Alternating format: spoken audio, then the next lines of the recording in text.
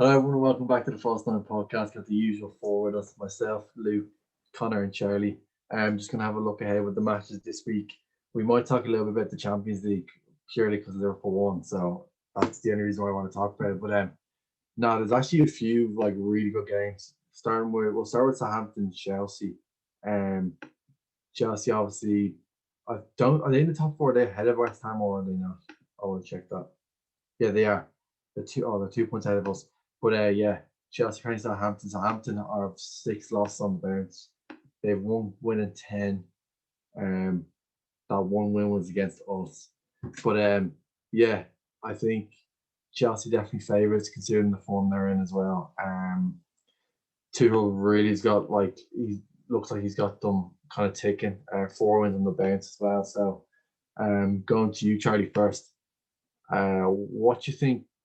What have you seen from Tuchel that you think has caused this kind of upturn in form? And what do you think? What are the key things he's changed from the Lampard was doing? I think you can put some of it down to like new manager bounce because like when new managers come in, you tend to get a reaction. But he has sort of changed the system. He's gone to a back three. Obviously, he's playing wing backs now. He's playing Hudson-Odoi wing back some of the time. Sometimes he's playing Reece James as a wing back and playing Hudson-Odoi for the forward.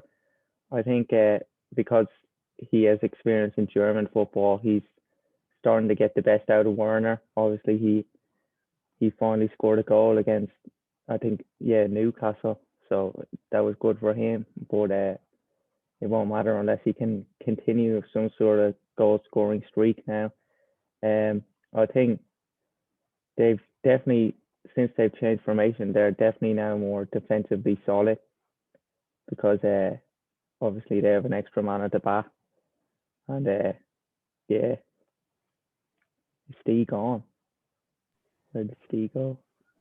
Yeah, I think so. I was actually watching the Newcastle match there, and like Chelsea, they're looking like they're playing really good football again. To be honest with you, like under Lampard, I think some players are they're like sort of nailed down in the team, whereas now it's sort of like everyone is sort of getting a chance to prove themselves, and everyone's sort of pushing each other a bit more. I don't know, Luke, if you what do you think of Newcastle then so far this season, especially in that game? I think Newcastle, they're just a real boring team, to be honest. I think they're in danger of getting sucked into a relegation fight because Fulham are actually picking up some points now. And I think if they had beaten Burnley, they only would have been 4 points away from them. I know the Newcastle fans don't like Bruce and they've been campaigning for him to get sacked for a while, but they just don't have the players like John Joe Shelby, Carroll, Joelinton. Like they're just not a very good team in general. I think Charlie has some different views. He thinks they have a pretty good squad, but I think they're only decent players, to be honest. Are their goalkeeper, Dubravka and Diallo, Saint Maximum, and then Willock is a decent player from Arsenal, and Shaw I think is a decent centre back. That's about it. I think they're really poor in every other area, to be honest. They just don't have any goal scoring threats apart from Saint Maximum, who's not a natural goal scorer. He'd be more of a winger. So yeah, I can see why they're so low down in the table, judging off the performances. And hopefully, from a United perspective, we can actually manage to beat them on Sunday because they're the type of teams we've been struggling against. I think that's kind of harsh on Newcastle, to be honest. I think, Wilson is obviously a threat. I think he's out injured. Almiron, Joe Linton, they do have attacking threat. I think their problem has been at the back where they've had injuries. But obviously, getting back to the main point, Chelsea are playing Southampton. I know Connor is a fan of Southampton, or he has family members that are fans of Southampton. So, does he think there's anything in the game for Southampton? No, I don't, to be honest. I do think like they will turn around the form, but I think this season they'll sort of just be one of those mid-table teams. It kind of just like they don't really. There's no pressure really because they're not in a relegation battle. It's not like they're pushing for European football, so they'll just sort of And like obviously at the moment they're in really poor form, and Chelsea are literally like, I'm just looking back at their results now. I think weren't they 10th when Tuchel took charge, and they're like up into the Champions League places like a couple of weeks later. So no, I think Chelsea. I think we'll just go to predictions maybe now, and I go for a comfortable 3-0 Chelsea win. 2-0 to Chelsea. I'm going to go with an optimistic 2-2 just because I like Southampton, even though like they're in bad form. Right, so we'll move on to the Merseyside Derby in a bit. Just a quick update, Stephen. His internet went apparently, so he won't be back on, I don't think, for today. But we'll move on without him anyway. So, Luke, what do you think about sort of Everton at the moment? With Carlo Ancelotti sort of getting them back up into contention for Europe? Yeah, I think he's doing a pretty good job. I mean, they've lost a big threat in Calvert-Lewin. I think they actually did quite well against City during the week. I think if they might have had Calvert-Lewin, it might have been a different game, but they just lost out in the end. I don't see them getting into the top four. I don't think they're good enough for that. But this season, you never know. Teams are picking up points in really weird situations. So they could be an outside bet for the top four, but I think there is better teams than them. Still, their goalkeeper, I mean, Pickford, again against City, awful shot straight at him, really, from Bernardo Silva, and he lets it in. I think Ancelotti will be looking at bringing in a goalkeeper in the summer, and also I don't think they're defensively strong enough to solidify a top four spot. I think they might maybe make Europa League, but I think, yeah, I don't see them making top four, to be honest. And Charlie, I don't know if you were watching the Man City Everton game, but it seems to me like Everton, whenever they come against one of the best teams in the league now. I know City are playing really good football at the moment, but Everton, they just don't seem to be able to compete with the teams right at the top of the league, do they? Like, yeah, they never seem to like put off a result against some of. Obviously, they got a late draw against us, but I can't think of another time, and they beat Tottenham on the opening day. But I think that's pretty much all the points they got off the so-called top six. I think if they want to actually consider themselves a top six team or like break into the top six, they need to start picking up more points against the likes of Arsenal, City. Like, at least make draws. You know, like, there's no point playing your usual way and just losing the game, not coming away with anything. It's better to just, I don't know, just be more cautious against the big six, because they will hurt you if you give them time and space. I know United have played them now, I think 3 or 4 times this season, and they haven't beaten us any of those times. Like, and we're not the best side. You would expect them to have beaten us. Well, at least I would have expected them to have beaten us at least once, but it hasn't happened that way. I think I don't see them picking up any points on the weekend either, to be honest. I think Liverpool had a good result in the week, and yeah, you'll hope their confidence is back. It does depend which Liverpool show up, because they have been struggling for goals at Anfield, but I think their attitude will be right for this one, and they'll probably get the win. I don't know what you think about it. yeah, it's an interesting one. I thought, to be honest with you, I thought we were unlucky against City, that Alisson just made 2 really bad mistakes there at the end. And I think City were a lot better, but I didn't think the score like sort of reflected the game very well based on how they both played. And it was sort of the same against Leicester as well. Like, we were in control of the game, or we weren't in control against City, but on course for a point. And then against Leicester, like, you saw the goal that got them back into the game. Like, it tied offside call, but it was it's VAR again, isn't it? That's the story of the season so far. But I don't know what Alisson's doing, like jumping on the back of the brand new centre back. Like, there's no communication there at all. He just dived into him. But midweek, I think Kabak looked quite good midweek. He obviously got man of the match, and I saw a few times Allison was like calling for the ball and communicating well with him. So it'd be interesting to see sort of how he performs. This would be like a big challenge from like Merseyside derby first of his career. Um, I personally I see Liverpool bouncing back with a win. To be honest with you, I think they will be full of confidence. I mean, they can only look forward really in terms of people coming back from injury. I think Jota's not too far away. Same with Keita. They're all sort of a good few players are like nearly on the way back. Yeah, we'll just do predictions then. I'll go 2-1 Liverpool. I was gonna go 2-0 Liverpool. I can't see Everton scoring if they don't have Calvert-Lewin back, which they might. I'm not sure, but yeah, I think Liverpool will win. I'm gonna go 2-0. I think Firmino will bag a brace just to rub the salt in the wounds of the Marshall FC fan club. Right, so we'll move on to London derby there, West Ham versus Tottenham. Obviously, Luke, West Ham playing really well at the moment, up in contention. Well, not up in contention. They have been up in the top four. In the last couple of weeks, playing really good football. Jay Lings seems to be back in his best form of his life. So, what are your thoughts on that? Yeah, it's good to see Lingard doing well. I actually think he should have been given a few more opportunities at United while he was there. He actually said it himself during the week he didn't get the chances, even though he came back one of the most fit. And it's good to see him doing well. I can't see him coming back to United. I think he'll be sold permanently in the summer, probably to West Ham. But just on West Ham as a team, I think they've been really impressive in defence. They're not conceding many goals at all.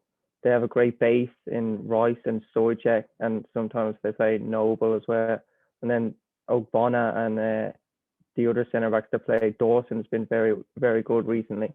So their defence is really solid. Like Moyes, it's really similar to the Everton team Moyes had. I mean, you've got Soucek, who's basically the Fellaini of the team, and then a really solid defence.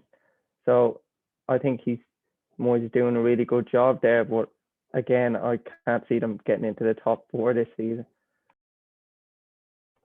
And Charlie, what are your thoughts then on Tottenham so far? They're kind of bit hit and miss this season so far.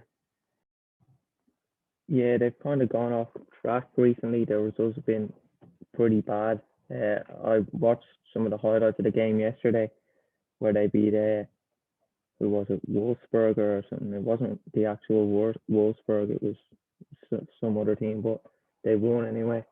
Dale got a goal and an assist.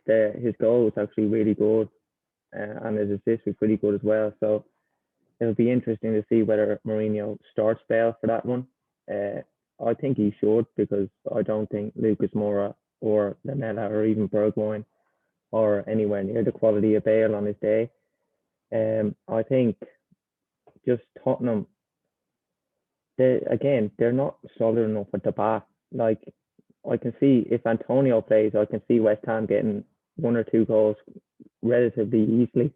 And I think Soucek, he'll always be a threat. I would back him to score against Tottenham, because aerially the centre backs, Dyer, he's not commanding. He's not gonna like control the defence. He's not gonna instill confidence into others. He's just a mistake waiting to happen, really. So I think with Dyer at the back, the Spurs aren't going to go anywhere. And I think Mourinho, he has to watch himself, because he sort of put everything on this cup final they have, and it's against City, and I can't see them even competing in it, let alone winning. I think City will just wipe the floor with them like they did last week. So yeah, I think Mourinho ought to watch himself, because you can see the fans are starting to turn with the recent results in the league. I think the Europa League results are helping him out, because he's playing lesser teams, but they go down as wins. So the fans are happy at the end of the day. I think he might just start focusing on the Europa League if results continue the way they are, but I'm not sure Spurs fans will be happy with that. Yeah, I mean, like the Europa League, like personally, I'm sort of in the same boat. I don't see them winning the cup this year at all. Like City are too strong.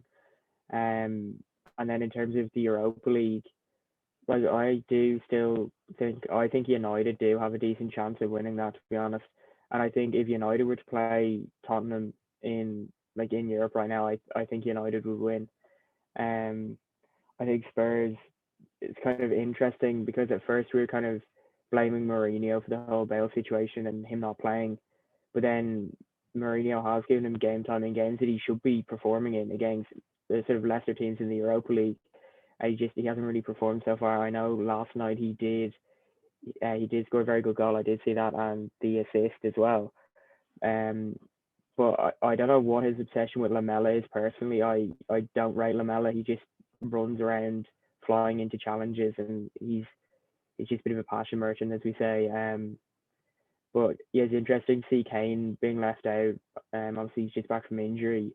I think Mourinho wants him fully fit for the West Ham game. He sees like this game against West Ham is kind of like West Ham. If you think about it, they're 4 places ahead of Tottenham and 6 points ahead of them as well. So like it is a big game for Tottenham. I mean, if they lose this, like that isn't good for their season in terms of their Champions League hopes for qualifying.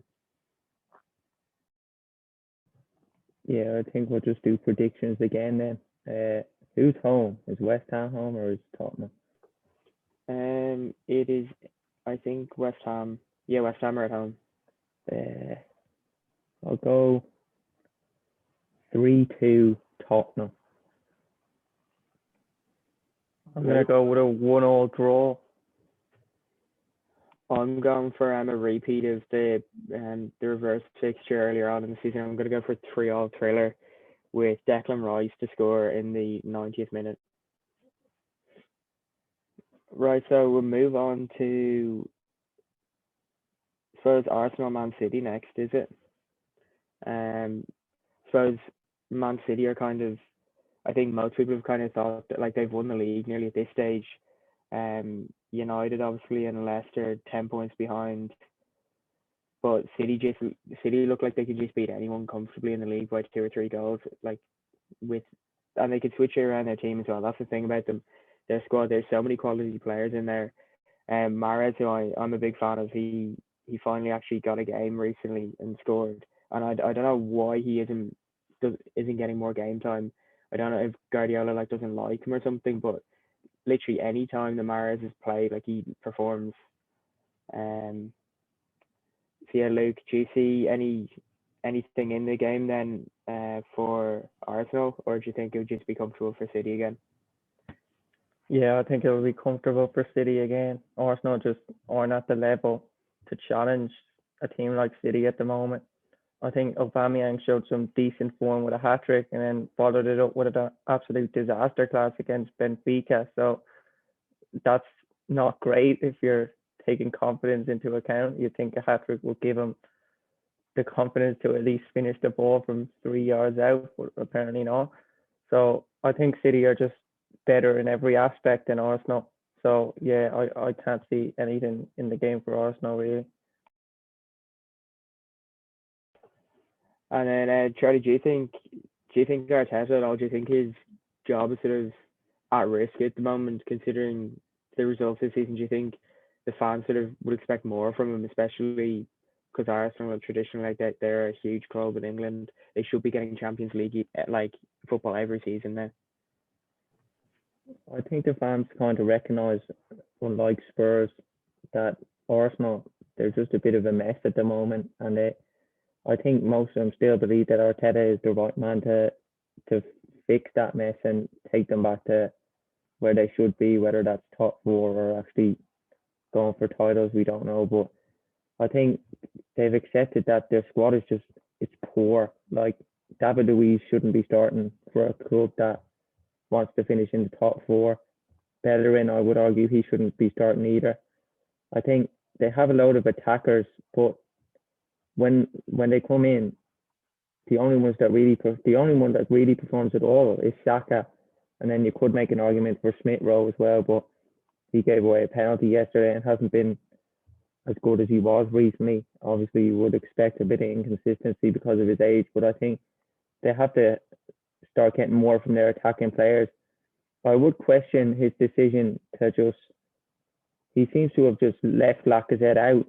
And I don't know if you watched the game yesterday, but if Lacazette had been on, he would have scored one of those chances that Aubameyang missed. He missed 2 or 3 very routine chances. It was difficult to watch, really, for someone of Aubameyang's caliber missing those sort of chances. I think he seems to just chop and change too much. Pepe was in a good bit of form, and then he just left him out. Lacazette, he's one of their top scorers. He leaves him out just to bring in Odegaard, who is going to be gone at the end of the season anyway. So it's strange. I think either he's planning on clearing these players out, or he's just isolating them and not bringing them into the team. I can't really put my finger on it. On City, I find it interesting the way Guardiola he's kind of treating Aguero similarly. Obviously he had COVID and he's just come back, but he's been on the bench for 2 or 3 games now, and he hasn't even got the call off the bench even when the games have been wrapped up. Really, like they were 3 up against Tottenham, they were 2 up against Everton with 10 minutes to go, and he's not even calling for Aguero. He's not even bringing him on. So I would expect Aguero to leave at the end of the season. So City, there's rumours that they're in for Haaland, they're in for Lukaku. So I think we could be seeing City buying some sort of high caliber striker in the summer, which would just make them even stronger. And it would certainly make winning the league a lot more difficult for the likes of Liverpool next season, who hope to get back to the top. Yeah, I think the thing about a striker is actually quite interesting, because I think most teams in the league right now would take Aguero as their starting striker. I mean, I know like you probably definitely would at United. Liverpool, well, I mean we have Firmino, so you probably wouldn't need him. But like Aguero is literally like he's got one of the best like goals per minutes ratio like in Premier League history, if you think about it. Like him and Kane are the two that are right up there with the likes of, I think Wayne Rooney is up there as well. But I just see, even though it's in the Emirates, I see City. I'm going to move on to predictions now in a second, but City can literally, like, they can afford to have someone like Aguero on the bench, and I think, I'm not sure, his injury could be one of those ones that he could be quite sensitive for a while after, and he could like I don't know, he could like injure himself again. I can't think of the word to say it. But like it's not like they really need him on the pitch at the moment. Like they're 10 points clear at the top. They're winning games comfortably. Like if they don't have to risk him, they're not going to. So I'll move on to predictions. I think it would be a comfortable City win. I'm gonna go for 4-0, to be honest with you, because I think they just want to send out a massive statement again. I'm going to go with 3-0 to City. I'm going to go with 1-1, just because I hope City drop points, and I think Arteta could be the man, considering he was Pep's assistant or whatever he was. Yeah, right, fair enough. So we'll move on to the main event of the weekend then, will we? And to wrap it up. So I'll go to Charlie first this time then. So obviously we were talking a bit about Newcastle earlier, but talk about United now. What do you sort of expect to see from them at home against one of the sort of teams struggling to stay in the league at the moment? Well, I would say, yeah, well, easy win. But if you look at our results from the last 5 games or 5 or 6 games, we've dropped points to Sheffield United, West Brom, and Everton. And if we had picked up 4 points against those, we could possibly still be in the title race. But we've dropped points to 2 of the shittest teams in the league, in West Brom and Sheffield, and then Everton, who we just bottled the lead against twice. So, like, the inconsistency is just ridiculous.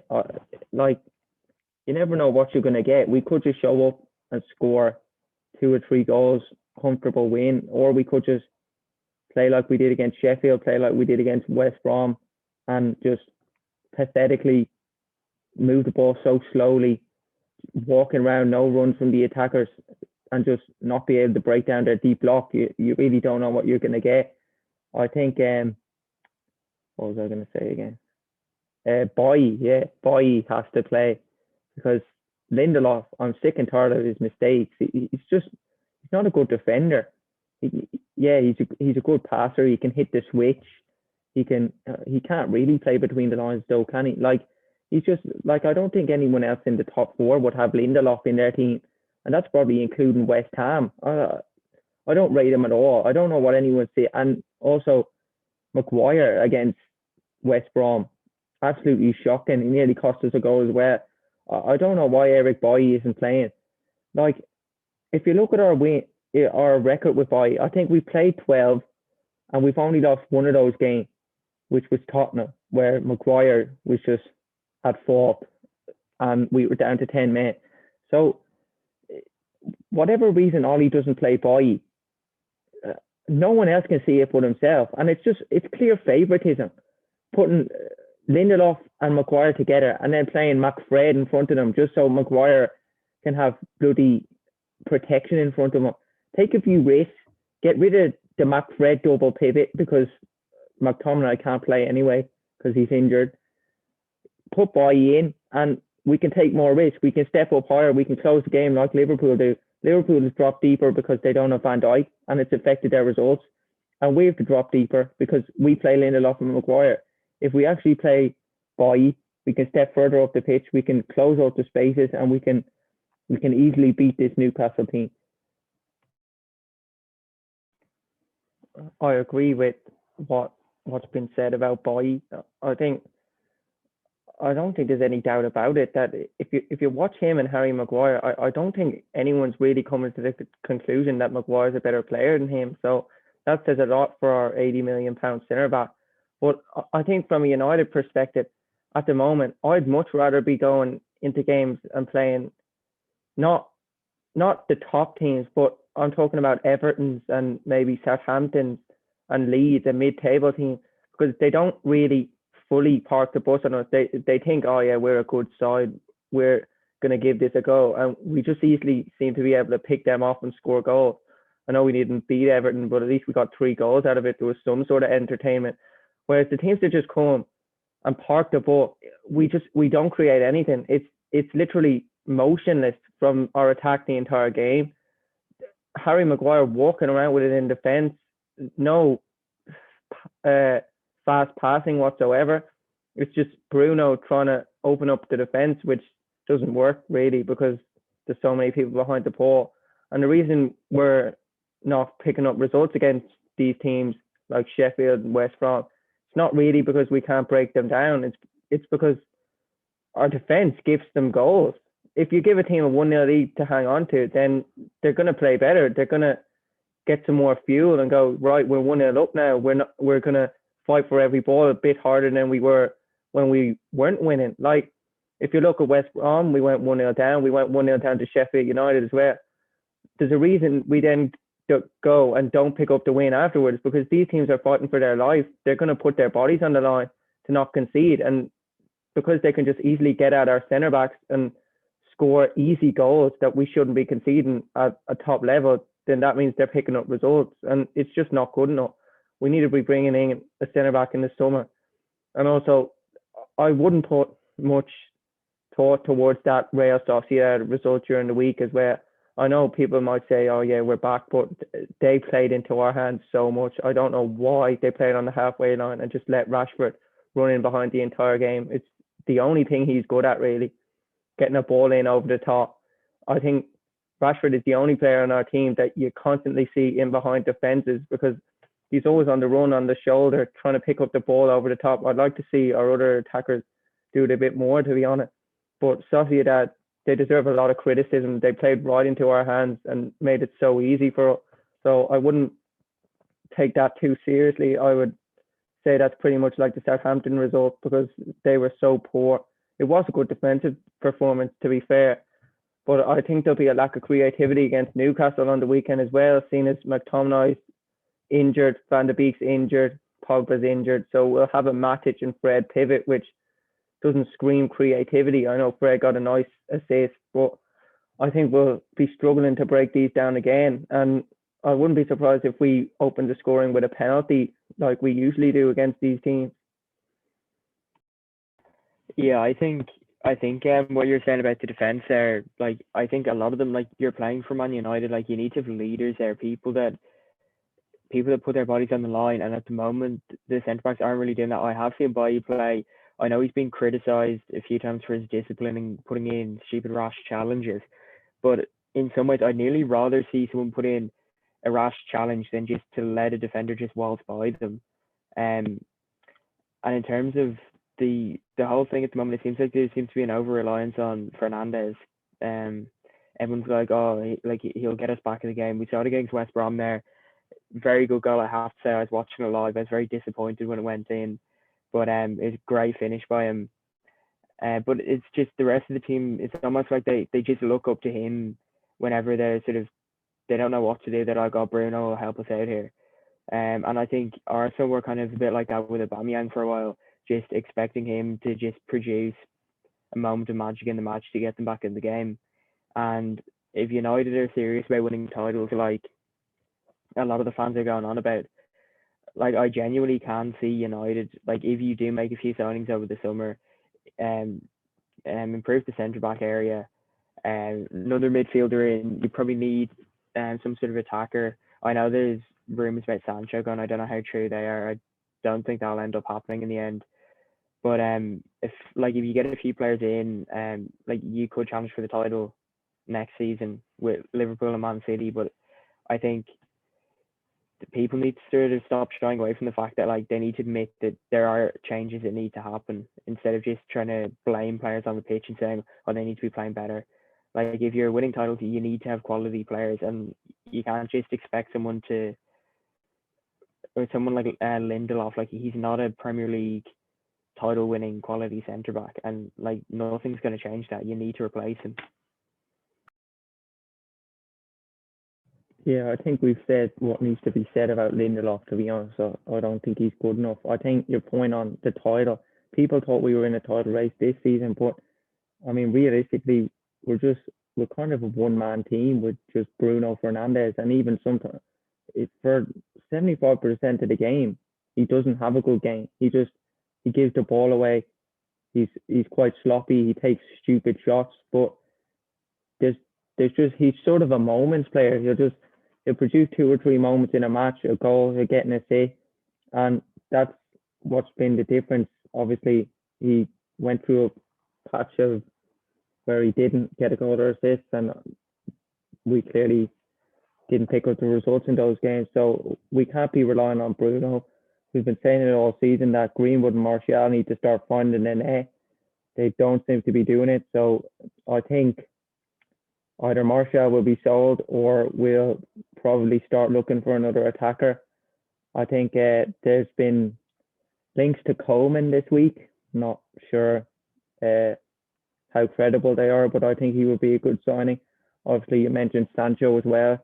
But I think in the Premier League, there's 3 men I would shortlist to make our attack just that bit better.